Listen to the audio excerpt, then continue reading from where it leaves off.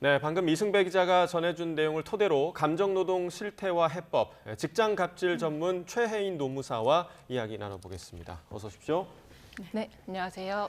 네, 이렇게 그냥 참는다. 저는 여기에 모든 문제가 다 들어있다고 생각을 하거든요. 하나씩 풀어보겠습니다. 노무사님과 함께. 자, 인사혁신처가 이렇게 공무원의 감정노동 실태를 조사한 게 처음이라고 하던데 그 전에 없었다는 얘기잖아요. 네, 맞습니다.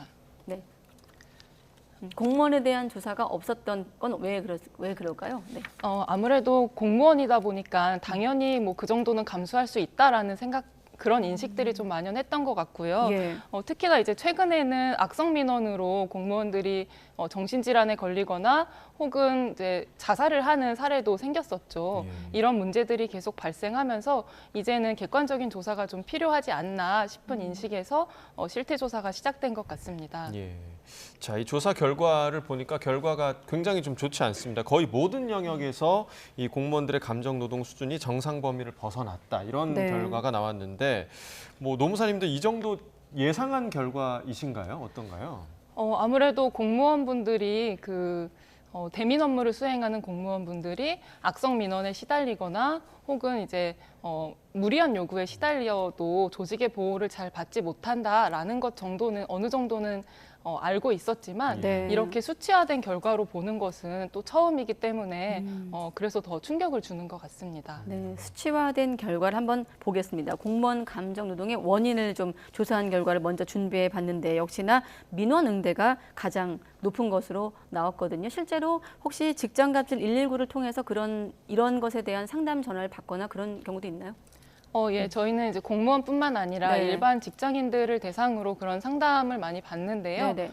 이제 최근에 제가 받았던 상담 중에 하나는 고객을 응대하는 근로자였는데 네. 고객이 이제 서류가 다 구비되지 않은 상태로 어떤 서비스를 요구를 해서 서류를 구비할 것을 이제 고객에게 안내를 했지만 네. 계속해서 이제 무리한 요구를 하고 계셨고 이제 여기서 더 큰 문제는 직장 상사가 그 상황에서 어떤 도움을 준다거나 했던 게 아니라 고객과의 어떤 친분 관계를 이용해서 그냥 대충 이런 업무 처리를 해주면 되지 않겠느냐라는 식으로 좀 불법적인 업무 지시를 하는 것까지 이어져서 제가 겪었던 사례는 이제 감정 노동과 그리고 직장 상사에 의한 직장 내 괴롭힘까지 혼합된 그런 좀 사례였습니다. 네, 네. 그 얘기는 조금 더 해주시고 지금 일단 공무원에 관한 내용을 저희가 보고 있기 때문에 지금 공무원 같은 경우 장시간 응대 또 무리한 요구를 포함해서 업무방해 이렇게 나오고 있거든요. 공무원과 관련해 좀 특정해서 받은 상담이나 이런 사례는 없을까요?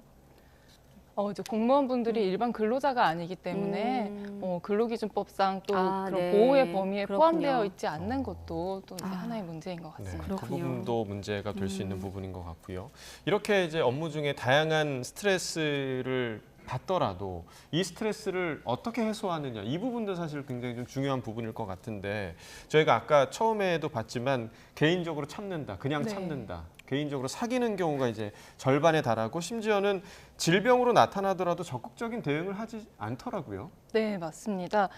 이제 개인적으로 참는다라는 것이 좀 조직의 보호를 기대하기 어려운 상황이지 않나 하는 생각이 좀 들었습니다. 네. 이번 설문조사 결과를 보니까 민원 응대를 얼마나 잘하느냐를 이제 인사고과의 지표로 삼는 조직 모니터링 지수도 굉장히 높게 나타났어요. 그렇군요. 이제 이런 식으로 민원 응대 방식을 그 인사평가의 지표로 삼을 경우에는 조직의 보호를 기대하기보다 이제 최대한 문제를 키우지 않아야겠다라는 생각으로 개인적으로 그냥 참거나 어떤 질병이 나타나도 적절한 대응을 하지 못하는 것까지 이어지는 것 같습니다. 네. 아까 근로기준법 적용을 받지 않는 공무원의 특성을 소개해 주셨는데 그래도 공무원이면 다른 직종보다는 좀 도움을 받을 수 있는 환경이나 이런 장치들이 좀 더 있지 않을까 싶었는데 최소한의 보호 장치가 없다고 들리거든요. 일단 민원처리법이라는 게 있어요. 거기에 보면은 이제 작년에 새로 네. 신설된 내용인데 민원인에게 어떤 폭언이나 이제 부당한 업무 지시를 받았을 때 민원 응대하는 공무원을 보호하기 위한 조치들이 마련되어 있기는 합니다. 네. 그렇지만 이런 것들이 지켜지지 않았을 때에 대한 어떤 강제력 있는 조치는 마련되어 있지 않아서 여전히 좀 한계가 존재합니다. 네, 지금도 뭐 이제 보고 계시지만 뭐 공무원 감정 노동에 대한 질병 대응 아무 조치하지 않으면 거의 대부분을 지금 네. 차지하고 있습니다. 그러니까 이런 식으로 이제 업무 스트레스가 증가하고 이게 질병으로까지 이어진다면 업무의 효율성이 당연히 낮아질 수밖에 없을 텐데 조금 실효성 있는 보호 장치 혹은 지원 방안 어떤 게 좀 있다고 생각을 하시나요? 이번 실태조사 결과에서도 나온 것처럼 조직의 적극적인 보호가 가장 필요할 것 같습니다. 이제 예를 들어서 어떤 민원인과의 문제 상황에 닥쳤을 때 이제 더 이상 그런 상황에 노출되지 않도록 분리하는 조치를 한다던가 하는 좀 적극적인 조치가 필요할 것 같습니다. 알겠습니다. 아까 보니까 필요하다고 생각되는 정책 제도에 지금 보면 기관 차원의 적극적인 보호, 법적 조치를 좀 포함하고 있는데 그런 얘기들 좀 이어가 보겠습니다. 자, 직장갑질 119에 소속된 노무사신데 아까도 말씀하셨지만 공무원은 물론이고 이른바 감정 노동자로 불리는 이들도 제대로 보호받지 못하는 건 마찬가지인 상황이거든요. 자, 감정 노동자 40년 전에 이 개념이 등장을 했던데 어떤 직군들이 좀 포함이 됩니까? 예를 들어서 이제 대표적으로는 콜센터에서 근무하시는 분들, 네. 그리고 사회복지사나 어린이집 교사, 아파트 경비원, 뭐 항공사 승무원처럼 고객을 직접 응대하는 그런 업무를 하는 분들은 대부분 감정 노동자에 포함이 됩니다. 예. 대체로 이제 저희가 이제 보도도 이런 관련 보도도 굉장히 좀 많이 했었기 때문에 어떤 어려움들이 있는지 예상은 가는데 대체로 좀 어떤 스트레스를 받고 있는 건가요? 업무를 할 때 항상 웃는 얼굴로 일을 해야 되고 과하게 이제 친절해야 하고 그리고 대기 시간에도 어떤 대기 자세를 유지해야 하는 것처럼 자신의 감정을 계속해서 통제해야 하는 그런 스트레스 상황에 놓여 있다고 보여집니다. 네. 그래서 이런 정신적 피해가 극심한 근로자들을 위해서 이른바 감정노동보호자법이 등장을 했고 시행한 지 5년이라는 시간이 흘렀는데 나아진 게 좀 별로 없다 이런 언론 보도가 잇따랐거든요. 실태는 어떻게 좀 전문가로서 파악하고 계십니까? 아무래도 좀 강제력 있는 조치는 마련되어 있지 않다 보니까 실효성이 좀 부족한 편이고요. 네. 특히나 이제 예방 조치에 대해서도 명시를 하고 있지만 그 예방 조치로서 매뉴얼을 제작을 해야 할 때 그 매뉴얼에 어떤 내용을 담아야 하고 그리고 누가 만들어야 하는지 이런 구체적인 지침이 같이 이어져 있는 게 아니다 보니까 네. 현장에서는 어떤 매뉴얼을 만들어야 하는지 혼란스럽고 이제 감정 노동이 발생했을 때 보호받을 수 있는 매뉴얼은 여전히 존재하지 않는 그런 상황에 있습니다. 네, 매뉴얼이 존재하지 않기도 하고 있어도 이제 권고 수준에 그치는 지금 그런 네, 상황이라서 효과가 좀 없는 것 같은데요. 정부도 대책 마련에 나서기는 했습니다. 그러니까 네. 중대산업재해를 경험한 감정 노동자를 위한 직업 트라우마 센터 현재 지금 14곳인데 내년에 23곳으로 확대할 계획입니다. 실효성의 측면에서 좀 효과가 있을 거다 이렇게 좀 예상을 하시나요? 어떤가요? 예, 긍정적인 측면이 있다고 생각합니다. 이제 트라우마 센터는 어떤 직장에서의 사건 사고를 겪었을 때 심리적인 상담을 이제 무료로 받을 수 있는 곳일 텐데요. 아무래도 정신질환에 대한 편견이나 혹은 이제 비용 부담 문제 그리고 이 정도는 다 하고 일을 한다라는 생각 때문에 그 질병에 대해서 자각하지 못하는 경우가 많이 있습니다. 근데 이런 트라우마 센터를 운영함으로써 진입 장벽을 낮출 수 있기 때문에 더 접근하기 쉬워진다는 그런 긍정적인 측면이 있습니다만 한 가지 좀 아쉬운 점은 이런 트라우마 센터는 사후적인 대책에 불과하기 때문에 네. 예방적인 조치에도 좀 더 힘을 써야 되겠다는 생각이 듭니다. 예. 그렇군요. 예방적인 조치. 자, 그런데 이런 감정 노동 이런 건 꼭 비단 고객 응대나 민원 처리에서만 오는 게 아니라 직장 안에서도 받을 수 있을 것 같거든요. 좀 어떤 사례가 있을까요? 맞습니다. 직장 안에서도 직장 상사나 뭐 동료들 사이에 직장 내 괴롭힘 문제가 많이 발생을 하고 있습니다.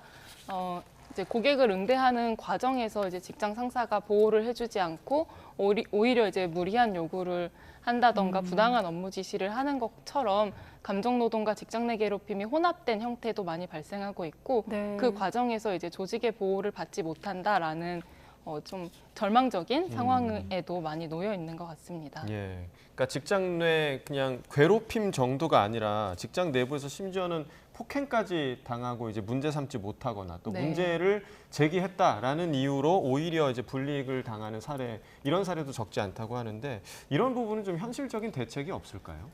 이제 직장 내 괴롭힘 문제에서 가장 어려운 부분 중에 하나가 입증하는 문제입니다. 네. 이제 예고를 하고 괴롭힘이 발생하는 게 아니다 보니까 입증 자료를 그때그때 만들지 못해서 괴롭힘이 발생해도 신고를 하기 어렵거나 신고를 해도 직장 내 괴롭힘으로 인정받지 못하는 사례들이 많이 존재합니다.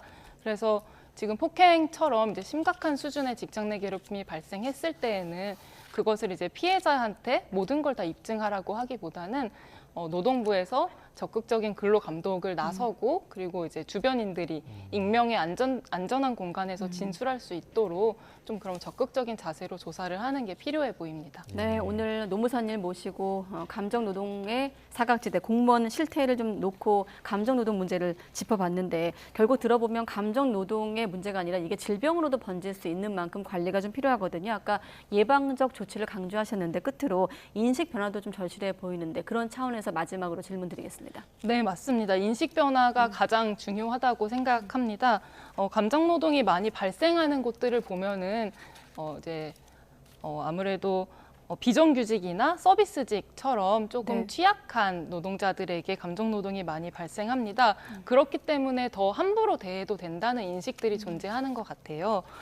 이제 가장 근본적으로는 이제 적정한 임금을 보장하고 네. 고용 안정과 같이 노동 환경을 개선했을 때 사회적 지위도 향상되고 그랬을 때 함부로 대해도 된다는 인식도 자연스럽게 사라질 수 있을 거라고 생각합니다. 네, 사실 때론 감정 노동의 피해자가 될 수도 있습니다만 우리 모두 또 가해자가 될 수도 있는 것 아니겠습니까? 만약에 내가 직장 내에서 피해를 당했다면 좀 어떻게 현실적으로 좀 대응하면 좋을지 끝으로 하나만 더 여쭤보겠습니다. 예, 그 감정노동자 보호법이 산업안전보건법에 있는 내용입니다. 그 내용을 보면은 사업주에게 예방 조치와 보호 조치를 요구할 수 있는 것들이 기재되어 있습니다.